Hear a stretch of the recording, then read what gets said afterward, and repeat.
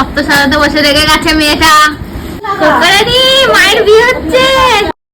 তো তোমরা ভিডিও দেখেই বুঝতে পেরে গেছো যে আমার বিয়ের তত্ত্ব সাজানো হচ্ছে, আর আমরা বাইরের লোক দিয়ে সাজাইনি, নিজেরাই সাজিয়েছি। তো আমি আর পিঙ্কি সাজিয়েছিলাম, আর রিঙ্কি আমাদের কুচকাজ হেল্প করেছিল, মানে টেপ কেটে দেওয়া, এটা ওটা হাতে হাতে এগিয়ে দেওয়া, তো ওগুলো করেছিল। আর বিয়ের 2 দিন মোটে বাকি রয়েছে, তো 2 দিনের মধ্যে আমাদের তত্ত্ব গোছাতে হবে। এটা কোন দিক দিয়ে কাকড়া চোখ দুটো কালার করবো দাঁড়া। তো তোমরা দেখেছো আমরা সবাই খুব মজা করেই করছিলাম।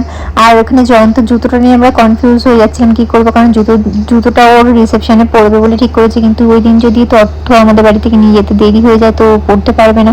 তাই ভাবছিলাম তথ্যটা পাঠাবো না, আলাদাভাবে এমনি পাঠিয়ে দেবো। তো ফাইনালি আমরা ওটা আলাদাভাবেই পাঠিয়ে দিয়েছিলাম।